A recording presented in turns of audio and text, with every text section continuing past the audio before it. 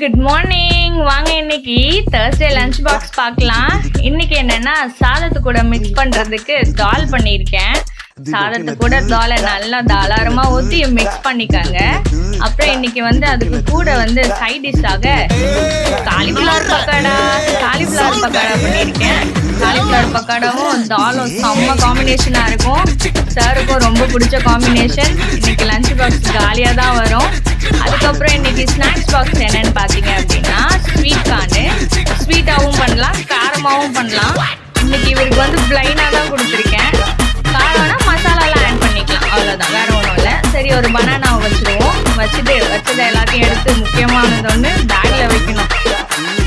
பேக்கில் வச்சதை எடுத்து அவர் கையில் கொடுத்துட்டு போயிட்டு வரா சார்னு அனுப்பி வச்சிருவோம். சார் பாய் சொல்லி கிளம்பிட்டாரு. தேங்க்யூ, தேங்க்ஸ் ஃபார் வாட்சிங், பாய். வரட்டாமாமே.